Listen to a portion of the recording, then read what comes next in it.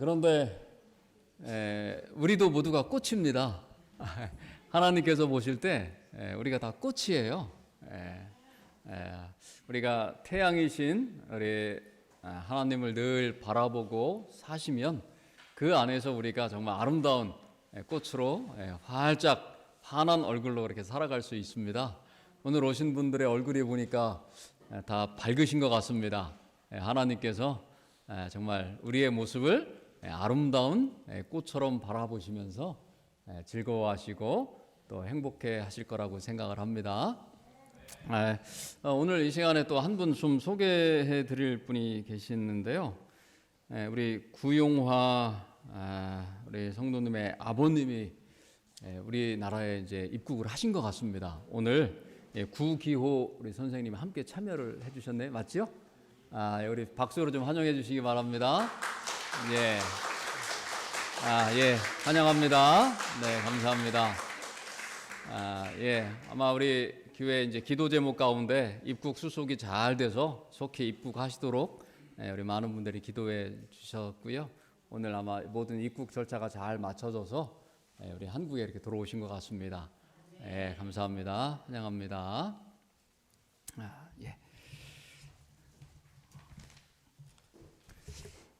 저는 오늘 이 시간에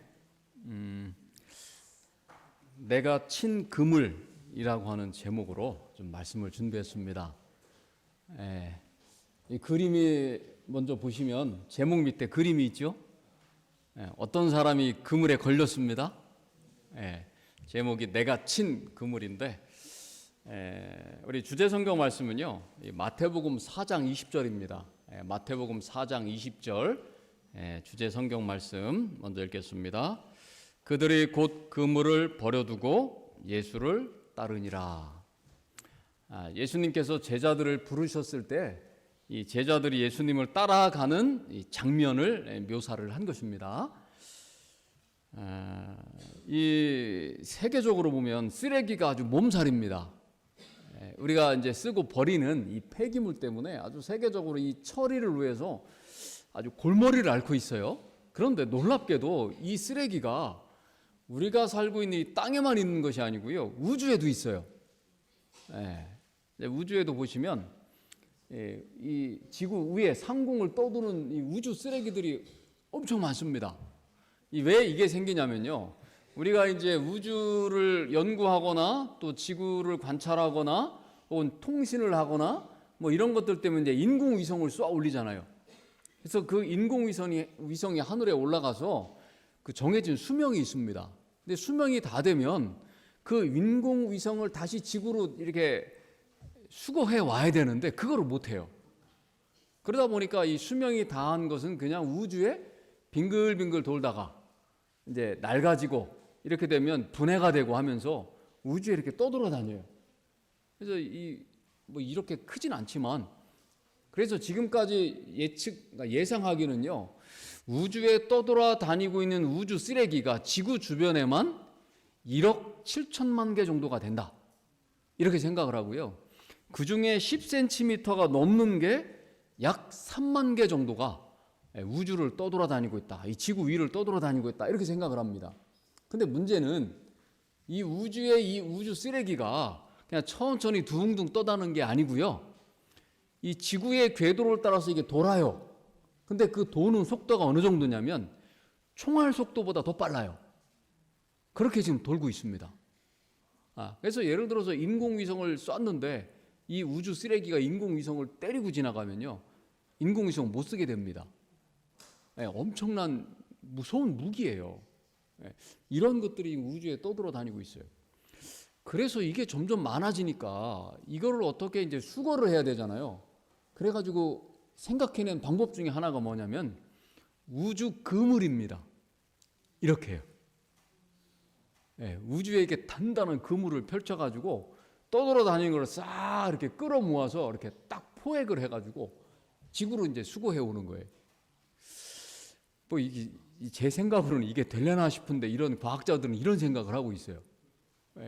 어떻게든지 우주에 돌아다니는 우주 쓰레기를 줄이기 위해서 이러한 연구를 하고 있습니다. 그 다음에요, 이 바다가 넓잖아요. 정말 지구의 70%를 차지하는데 이 넓은 바다에도 엄청난 양의 쓰레기들이 떠돌아다닙니다. 예. 여기 보시면 이제 뭐 이게 이제 바다 이제 육지 근처에도 이런 쓰레기가 있는데, 그런데 이제 그 사람들이 다니다 보니까 이 바다 한가운데, 태평양 한가운데 엄청난 양의 쓰레기가 모여 있는 걸 발견했어요. 그게 이제 여기입니다. 여기 미국과 우리나라 사이 태평양이죠. 하와이 옆에 보니까 이 해류가 이렇게 돌다가 이 만나는 지점에 쓰레기들이 모이는 거예요. 근데 얼마나 많은 이 양의 쓰레기들이 얼마나 넓은 지역에 모여 있냐면 우리나라의 7배 되는 넓이에 이 쓰레기가 모여 있어요. 엄청난 거죠. 우리나라도 지금 넓잖아요. 그러니까 우리나라만 차 타고 부산까지 가려도 한참 가야 되는데 그거의 7배 되는 넓이에 이런 쓰레기들이 지금 모여 있는 거예요. 엄청나죠. 그래가지고요, 어떻게든지 이 쓰레기를 수거해야 되겠다. 잘못하다가는 물고기 숫자보다 바다의 쓰레기 숫자가 더 많게 생긴 거예요. 그래가지고 이것을 이제 수거하기 위해서 연구를 해가지고 이제 이런 거를 하는데, 이게 뭐냐면 그물이에요.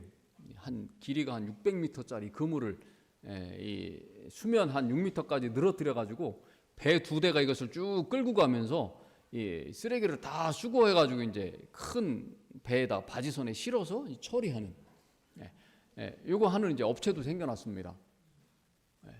그러니까 이제 이 그물로 이제 수거하는 것이죠. 자, 이렇게 그물은 뭔가를 이렇게 수거하고 잡고 끌어내는 데 사용하죠. 그런데 이런 그물뿐만 아니고요, 오늘 우리들의 삶에도 우리의 삶을 정말 촘촘하게 말하자면 올가매고 있는 그물이 하나 또 있어요. 그게 뭐냐면요, 요겁니다. 요거.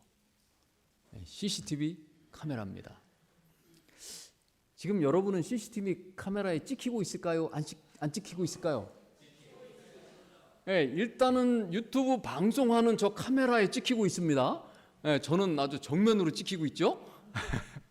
그리고 저 뒤에 보시면 우리 교회 CCTV 카메라가 있어요. 거기에 또 여러분이 찍히고 있습니다. 그리고 여러분이 교회에 들어오실 때 교회 입구에 있는 카메라에도 찍히셨어요. 우리 주변에요, 우리를 이렇게 찍고 있는 CCTV 카메라가 얼마나 많은지 몰라요. 그것뿐만 아니고요, 여러분이 지나가시다 보면 차에 뭐가 설치되어 있죠? 블랙박스 카메라에 여러분이 찍히고 있습니다. 여러분이 차 10대를 지나오시면 그 중에 적어도 9대에 있는 카메라에 여러분이 찍히셨어요. 엄청나죠? 가정에 보면은요, 이 가정용 카메라가 있죠. 그 다음에 컴퓨터에 보면 컴퓨터용 웹 카메라가 있습니다. 그 다음에 저 하늘에 보면 인공위성이 돌면서 우리를 찍어요. 실시간으로 우리를 찍고 있습니다. 그러니까 우리가 얼마나 많이 이 카메라에 노출이 되어 있는지 몰라요. 그래가지고 우리나라 도시에 사는 직장인들이 뭐 이런 블랙박스 이런 거 말고요, CCTV 카메라에 하루에 몇 번을 찍히나 평균을 내봤더니 도시 사는 일반 직장인이 CCTV 카메라에 하루에 98번이 찍힙니다. 한 100번 정도 찍혀요, 하루에. 그러니까 내가 언제 누구한테 찍히는지 모르고 나는 찍히고 있어요. 그래서 우리나라는 도둑이 뭐 하나 이렇게 훔치든지 뭐 이렇게 사건을 저지르고 도망가도 금방 잡죠. 그 사람이 가는 경로를 CCTV 카메라로 계속 추적하면 어딘가 딱 나와요. 뭐 도망도 못 가요. 마치 그물망처럼요, 우리의 모든 삶을 이렇게 딱 찍고 있는 이 CCTV 카메라 그물망에 우리는 이제 꼼짝없이 갇혀서 살고 있습니다. 우리나라에 약 1,600만 대 정도의 CCTV 카메라가 설치되어 있습니다. 전국적으로. 자, 이 참 어디 다니기가 좀 그렇죠? CCTV 카메라를 피해서 다닐 수도 없고 피할 수도 없습니다. 곳곳에 있기 때문에. 자, 이러한 어떤 사회이기 때문에요, 우리가 예언적으로 볼 때 뭐 나중에 이 하나님 말씀대로 우리가 충실하게 그리스도인으로 살면 뭐 짐승의 표를 받게 하고 뭐 매매를 못하게 하고 막 이런 얘기 하잖아요. 그게 가능해요. 이렇게 한 사람 한 사람을 감시할 수 있기 때문에 그러한 예언들이 실제적으로 이루어질 수 있는 시나리오라는 거예요. 실제로 중국에 보면은요, 얼굴 인식 CCTV 카메라를 설치해 가지고요, 어떤 사람을 감시해야지 이렇게 마음 먹고 그 사람의 얼굴을 딱 등록을 해 놓으면요, 그 사람이 가는 곳마다 CCTV 카메라가 자동으로 그 사람의 경로를 탁탁탁 파악해 가지고 모아줍니다. 그래서 중국에서는요, 그 사람들이 좀 이렇게 감시해야 될 사람들은 이미 CCTV 카메라를 통해서 다 감시하고 있어요. 네. 이런 세상이니까 우리가 예언적으로 나와 있는 그러한 일들이 얼마든지 가능하다는 거예요. 그러니까 우리는요, 이 현대인들은요, 이 CCTV 카메라라고는 이 마치 그물망처럼 우리를 딱 올가매고 있는 여기에서 벗어날 수가 없는 거예요. 그래서 실제로 어떤 사람은 소송을 냈어요. 나는 찍지 마라. 내가 언제 뭐 동의했냐? 왜 나를 찍냐? 근데 이 사회의 어떤 안전이라고 하는 것들 때문에 그런 것들이 사실 다 묵살이 됩니다. 자, 그러면요, 오늘 우리의 신앙을 좀 한번 생각해 보겠습니다. 그럼 나의 신앙에 있어서 나를 꼼짝 못하게 올가매고 있는 그물은 무엇인가 하는 거예요. 우리가 거기 한번 딱 빠져들면요, 벗어날 수가 없는 것입니다. 그래서 오늘 말씀을 통해서요, 나를 올가매는 신앙생활에 있어서의 그물은 무엇인가, 그리고 그 그물은 어떤 그물인지를 좀 살펴봐서 우리 신앙이 그러한 그물 속에 빠지지 않도록 우리가 다시 한번 말씀을 통해서 우리의 삶의 방향을 좀 정해 보도록 하겠습니다. 자, 제자들을 예수님께서 부르실 때요, 우리 마태복음 4장 20절 주제 성경 말씀이었죠. 예수님께서 너희가 나를 따르라 이렇게 부르셨을 때 그들이, 곧 제자들이 그물을 버려두고 예수를 따르니라. 자, 예수님을 따라서 예수님의 제자가 되려고 하니까 뭘 버렸어요? 그물을 버렸다는 거예요. 그물을. 우리 시대의 소망 273페이지에 보면요, 예수께서 베드로와 그의 동료들에게 자기를 따르라고 명령하시자 즉시 그들은 배와 그물을 버렸다. 사실 이 배와 그물은요, 이 베드로나 그 제자들이 예수님의 제자가 되지 못하도록 가로막을 수 있는 것들이었어요. 왜냐하면 그들의 생업이었거든요. 그들은 그 생업에 매여 있었다는 거예요. 근데 예수님께서 너희가 나를 따르라 라고 했을 때 그들이 정말 제자가 돼서 예수님을 따르기 위해서는 그들을 올가매고 있었던 것을 버릴 때 가능했다는 거예요. 그래서 보니까 제자들은 그것을 버렸어요. 그랬더니 전업으로 예수님을 따르는 제자의 길에 들어서게 됐다고 하는 것입니다. 자, 또 더 나아가서 마태복음 4장 21절과 22절에 보니까요, 더 가시다가 세베대의 아들 야고보와 요한이 물고기를 잡는 걸 보셨습니다. 그래서 그들에게도 너희도 나를 따르라 그랬더니 그들이 배와 아버지를 버려두고 예수님을 따라가요. 물론 여기 이제 그물도 버렸겠죠. 배와 그물과 아버지를 버려두고 예수님을 따라가는 것입니다. 사실 그들이 버린 것은요, 그들을 올가매고 있었던 것들이었습니다. 그들이 그전에는 제자들이 예수님을 얼마나 열심히 믿었는지, 뭐 예수님을 잘 믿었는지, 뭐 충실한 이 신앙인이었는지 우리는 알 길이 없어요. 근데 적어도 예수님이 부르셨을 때 네 하고 따라간 거 보니까 그래도 하나님을 믿는 사람들이었던 것 같아요. 그렇죠? 제자들을 부르시기 전에도. 자, 그런데 이 제자들이 그전에는요, 보니까 그들의 삶의 중심이 그들의 생업이었다는 거예요. 그때 예수님께서 너희를 생업에 올가매고 있고 너희가 좀 더 영적으로 신앙적으로 더 열심을 품게 하지 못한 것들이 있었는데 그것을 한번 버려라, 그리고 나를 따르라 했을 때 그들이 순종했어요. 그리고 나서 완전한 예수님의 제자의 길로 들어서게 됐다는 것입니다. 어쨌든 이 제자들에게 있어서요, 그물과 배는 정말 중요한 거였거든요. 근데 그것을 버릴 때 비로소 예수님의 제자가 될 수 있었어요. 사실 예수님께서 오늘 우리에게 뭐 너희가 가진 거 다 버려라 이렇게 말씀하시진 않아요. 뭐 때로는 그러실 때도 있겠죠. 그러나 때때로 예수님께서는 내가 지금 가지고 있는 것, 나를 올가매고 있는 것을 버리라고 말씀하실 때가 있다는 거예요. 왜냐하면 그렇게 해야지만 내가 신앙적으로 영적으로 더 성장할 수 있기 때문에 그런 요구를 하실 때가 있다는 것입니다. 자, 그렇게 예수님께서 우리에게 요구하실 때에 이 제자들처럼 우리도 그 예수님의 말씀에 순종하는 삶을 사시게 되기를 바랍니다. 그러할 때 우리가 영적으로 성장할 수 있는 것입니다. 자, 누가복음 5장 6절에 보니까요. 또 한 번 예수님께서 이제 이 제자들에게 오셔요. 그러면서 이제 뭐라고 말씀하시냐면 어떤 장면이 이제 펼쳐지느냐면 그들이 이제 고기를 잡았는데 못 잡았어요. 그래서 예수님께서 다시 오셔가지고 그물을 이쪽에 던져라. 그랬더니 던졌어요. 그랬더니 고기가 엄청 많이 잡힌 거예요. 이제 그 장면이에요.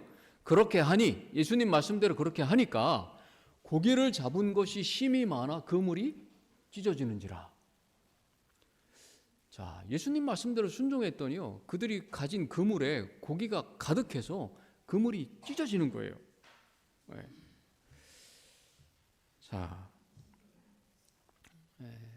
얼마나 많이 그물에 고기가 잡혔는지 그물이 찢어질 정도예요. 이 제자들이 지금까지 어부로 살아왔지만 이런 경우가 사실 거의 없었다는 거예요. 그물이 찢어질 정도로 고기가 잡힌 경우는 거의 없다는 것입니다. 그런데 마침 오늘 예수님 말씀대로 순종했더니 얼마나 고기가 많이 잡혔는지 그물이 찢어지는 경험을 하는 거예요. 정말 평생에 한 번 할까 말까한 경험이죠. 누가복음 5장 10절과 11절에 보니까요. 세베대의 아들로서 시몬의 동업자인 야고보와 요한도 놀랐어요. 같이 고기를 잡다가 그 정도 잡힌 경험이 없었기 때문에 깜짝 놀랐어요. 너무 많이 잡혔거든요. 그런데 예수님께서 그 순간에 그 제자들에게 뭐라고 말씀하셨냐면 내가 다음부터는 이제 고기를 잡는 것이 아니고 너희가 사람을 잡는 어부가 되게 하겠다. 그렇게 말씀하셨어요. 그랬더니 제자들이요. 모든 것을 버려두고 예수님을 다시 따르기 시작합니다. 여기 모든 것이 뭘까요? 그물도 버렸을 것이고요. 배도 버렸겠죠. 그리고 그들이 잡았던 뭣도 버렸겠어요? 고기도 버렸어요. 지금까지 그렇게 고기를 많이 잡아본 적이 없어요. 그런데 그 고기도 버리고 갔다는 거예요. 모든 것을 버린 것이죠. 왜 근데 예수님께서 이러한 상황을 만들어 놓으시고 예수님이 깊은 데 가서 뭐 그물을 내려 고기를 잡아라. 그래서 예수님 말씀대로 했더니 잡힌 거예요. 근데 그러니까 예수님이 이런 상황을 만드신 거잖아요. 이런 상황을 만들어 놓으시고 그 다음에 뭐라고 했냐면 그거 다 버리고 나를 따라오라 이렇게 말씀하시는 거예요. 왜 그랬냐는 설명이 우리 시대의 소망에 보면 나와요. 자, 부유하던 마태에게나 가난하던 안드레와 베드로에게 똑같은 시험이 이르렀으며 똑같은 헌신이 각 사람에 의하여 이루어졌다.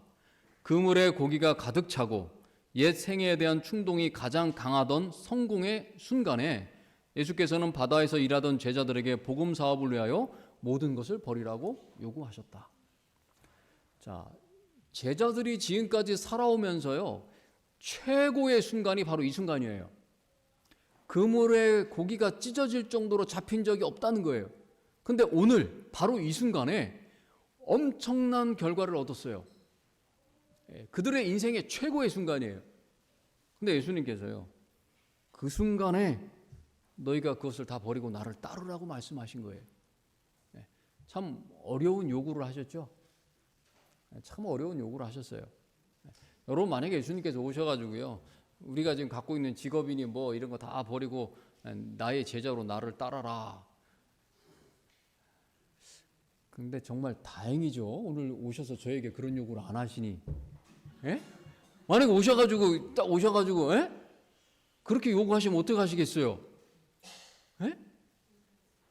성경에 보면요, 저희 아버지 장사하고 뭐 이렇게 막 얘기한 사람들 나오잖아요. 나를 따르라고 그랬더니 예수님께서 야 죽은 자는 죽은 자대로 장사하게 하고 넌 나를 따라와라 막 이렇게 말씀하시잖아요. 근데 우리에게 오셔가지고 당장 너 내일 직장 다니는 거 그만두고 나를 따라오라 이렇게 하면 어떻게 하겠어요? 정말 고민이 되고 큰일 날 것 같죠? 다행히 예수님은 오늘 우리에게 오셔서 그 말씀 안 하시니 다행이에요. 근데 제자들에게는 하셨어요. 왜 제자들에게 하셨냐면요, 그렇게 하나님의 말씀에 순종하고 살아도 하나님께서는 더 좋은 것을 주신다고 하는 것을 우리에게 가르쳐 주시는 거예요. 그래서 우리가 그런 순간에 와도 이제 우리가 용기를 가지고 그렇게 순종하는 삶을 살아가도 된다는 것을 가르쳐 주신 거예요. 그러니까 우리가 당장 뭐 이렇게 다 포기하진 않더라도요, 예수님의 말씀과 뜻에 내가 순종하고 정말 예수님의 뜻을 따르는 삶을 살 때 예수님께서는 나를 인도하신다 라고 하는 확신을 갖게 되는 거예요. 그래서 예수님께서 이런 요구를 하셨다고 하는 것입니다. 그리고 제자들은요, 그러한 예수님의 말씀에 순종하고 그들이 전적으로 예수님께 순종하는데 장애가 되었던 그물을 과감하게 버리고 예수님을 따라가게 된 것입니다. 이러한 그들의 삶을 올감했던 그 그물을 버리고 예수님을 따르죠. 자, 그런데 그거 말고도요, 오늘날 사단은 우리 앞에 그물을 칩니다. 사단이 우리 앞에 그물을 쳐놔요. 디모데후서 2장 26절의 말씀 보겠습니다. 그들로 깨어 마귀의 올무에서 벗어나 하나님께 사로잡힌 바 되어 그 뜻을 따르게 하실까 함이라. 자, 여기 보니까요, 마귀가 올무를 친다는 거예요. 우리가 그래서 올무에서 벗어나야 된다는 것이죠. 그리고 전도서 9장 12절에 보니까 분명히 사람은 자기의 시기도 알지 못하나니 물고기들이 재난의 그물에 걸리고, 자, 물고기가 그물에 걸리고요, 새들의 올무에 걸리는 것처럼 인생들도 재앙의 날이 그들에게 홀연히 임하면 거기에 걸린다는 거죠. 그러니까 오늘 우리 앞에요, 여러 가지 어려운 일들이 닥치거나 이런 시련이 닥칠 때에 사람들도 인생들도 그 그물에 걸린다는 거예요. 새와 물고기가 마치 그물과 올무에 걸리는 것처럼 우리도 걸릴 수 있다는 것입니다. 그래서 사단은요, 우리 앞에 그물을 쳐요. 우리가 거기에 걸리도록 그물을 치는 것입니다. 올무라고 하는 말이 그물이란 뜻도 있죠. 여기 뭐 헬라어에 보면은 그런 뜻이 있어요. 그물과 올무는 같은 뜻이에요. 우리를 올가매는 것들이에요. 자, 각시대의 대쟁투 524페이지의 말씀 보겠습니다. 그는 광명한 천사로 가장하여 의심을 받지 않는 곳에 그물을 친다. 여러분, 사단이 그물을 어디에 쳐요? 의심할 수 없는 곳에 칩니다. 우리가 딱 봤을 때, 야, 이거는 분명히 사단이 나를 넘어뜨리려고 시험을 하는구나, 이렇게 우리가 딱 알면 안 넘어가잖아요. 그러니까 사단이 우리를 시험하기 위해서 그물을 쳐 놓은 건지를 모를 만한 곳에다가 사단이 그물을 치는 거예요. 그래서 우리를 넘어뜨리려고 한다고 하는 것입니다. 교회 증언에 보면요, 오 사단은 그의 미끼에 채이고 그가 마련한 길로 영혼들이 들어가는 것을 주시하고 있다. 그물을 딱 쳐놓고요, 우리가 그 그물 속으로 딱 들어가고 있는 것을 사단이 지켜보고 있다는 거예요. 각시 대쟁투 534페이지에 보면요, 빨간 글씨 보면 그는 할 수만 있으면 온 인류를 자신의 그물 안으로 쓸어 넣으려고 한다.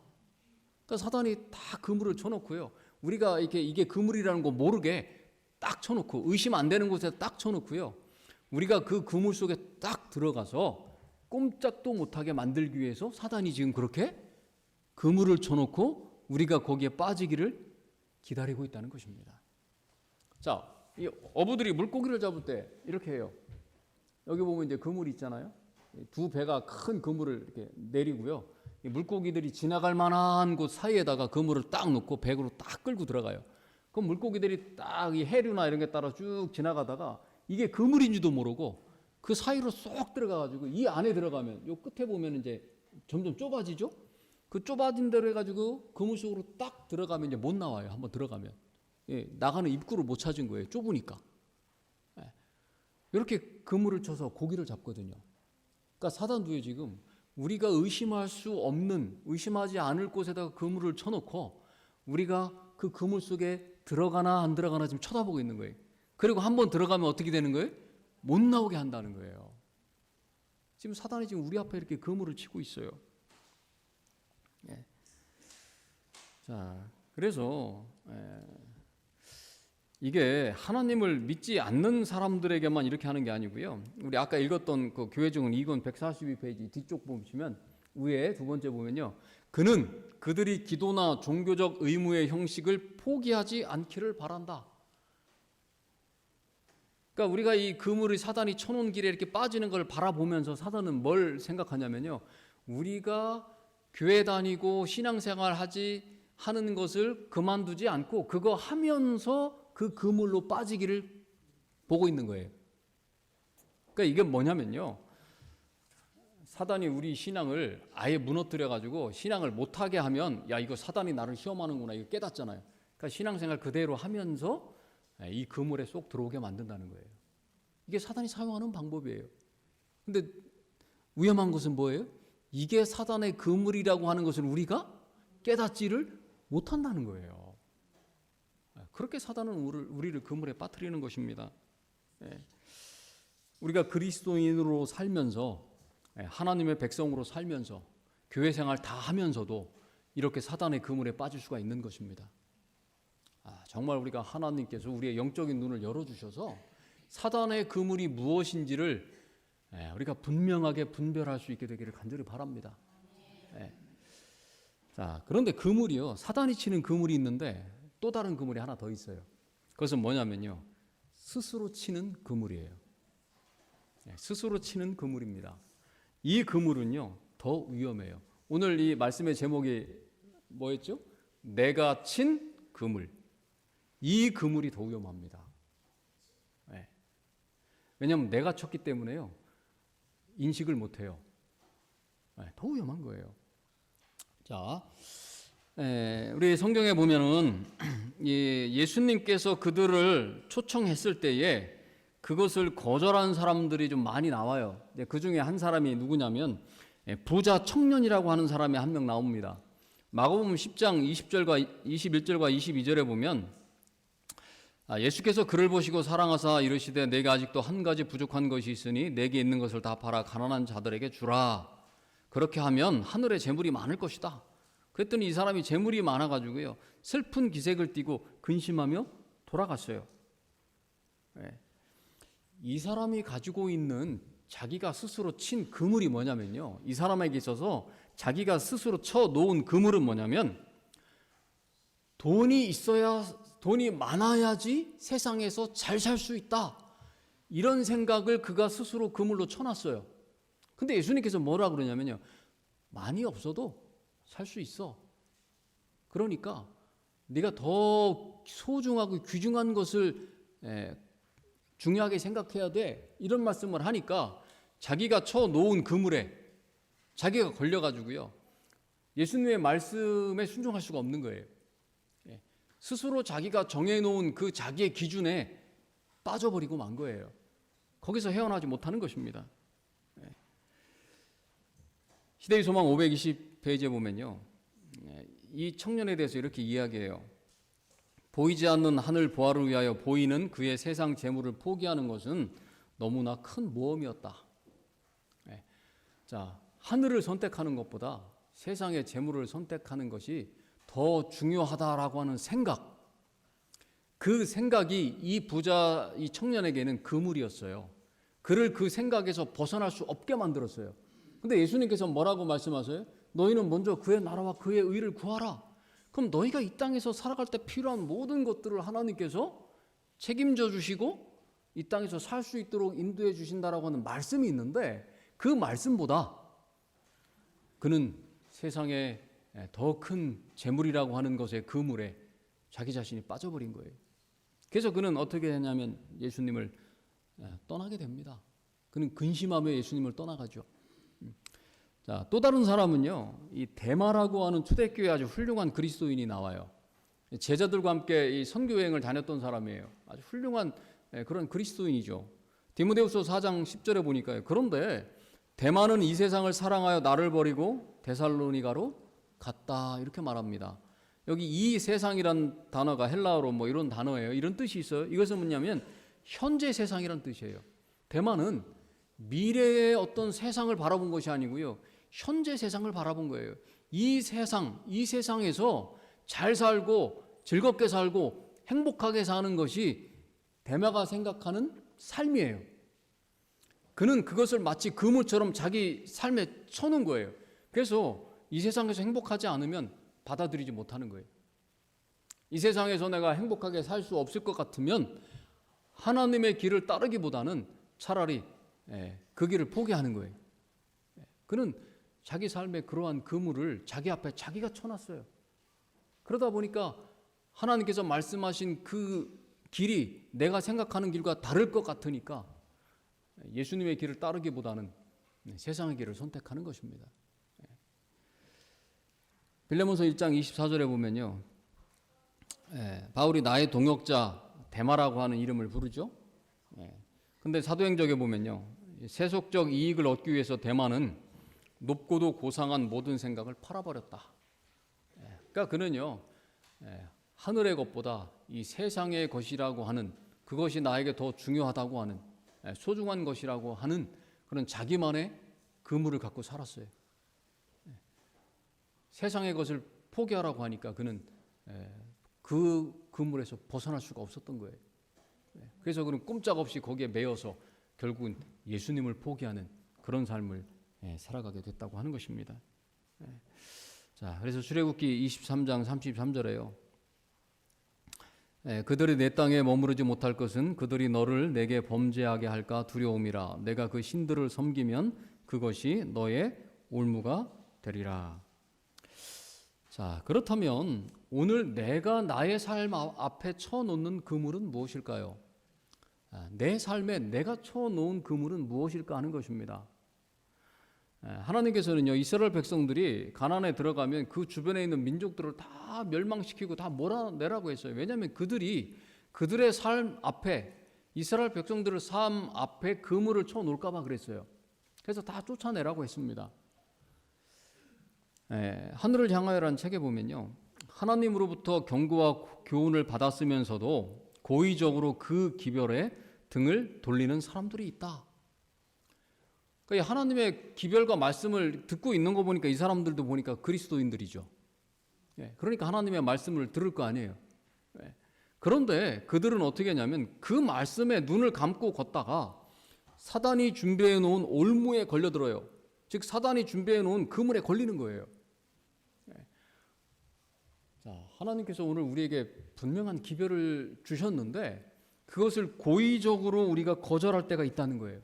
내 생각과 맞지 않으니까 하나님께서 주신 기별을 내가 받아들이지 않는 거예요. 그런 일들이 있다는 거예요. 우리 그리스도인 삶 가운데.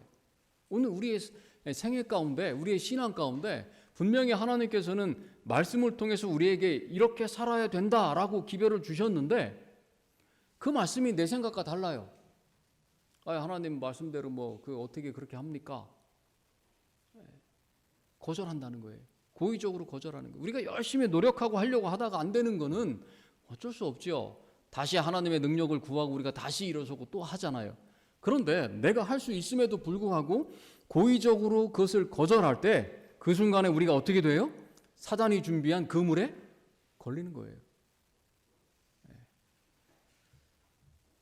시편 106편 36절에요. 그들의 우상을 섬김으로 그것들이 그들에게 올무가 되었도다.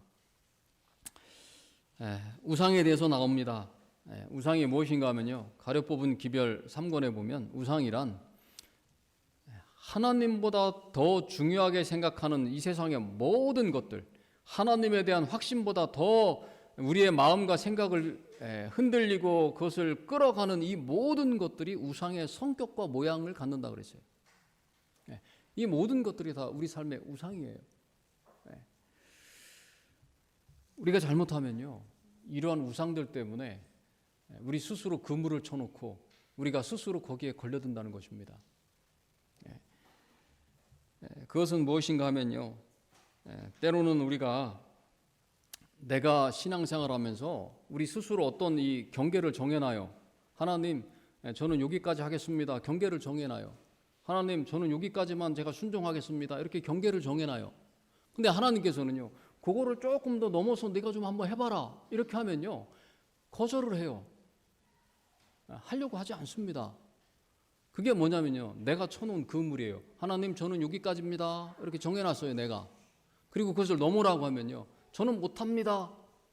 내가 쳐놓은 그물에 딱 걸려서요, 거기서 헤어나질 못하는 것입니다. 이런 일들이 참 많아요. 그래서 우리가 성경에 보면요, 하나님께서는 우리에게 한계를 정해 놓으시지 않아요. 그러니까 예를 들어서 하나님, 우리가 이 형제를 몇 번 용서할까요? 7번 할까요? 이렇게 물었을 때 뭐라고 대답하셨어요? 7번만 해. 한계를 정해 놓으시지 않으셨어요. 네가 7번에 7번이라도 해라. 이게 무슨 뜻이에요? 한계가 없다. 내가 그리스도 안에서, 예수님 안에서 계속 영적으로 성장하고 자라나면 한계가 없다는 거예요. 내가 한계를 정해놓지 말라는 것입니다. 오늘 하나님께서는요, 우리의 믿음과 신앙생활에 스스로 한계를 정해놓고 하나님의 말씀을 순종하지 못하게 그렇게 스스로 쳐놓은 그물에 걸려서 거기를 뛰어넘지 못하게 하는, 내가 친 그물에 걸려서 살지 않기를 바라신다는 것입니다. 우리가 하나님을 의지하고 하나님의 말씀에 순종할 때요, 하나님께서는 그 모든 것을 뛰어넘어서 우리가 그리스도인으로 더 성장할 수 있도록 우리를 인도해 주신다는 것입니다.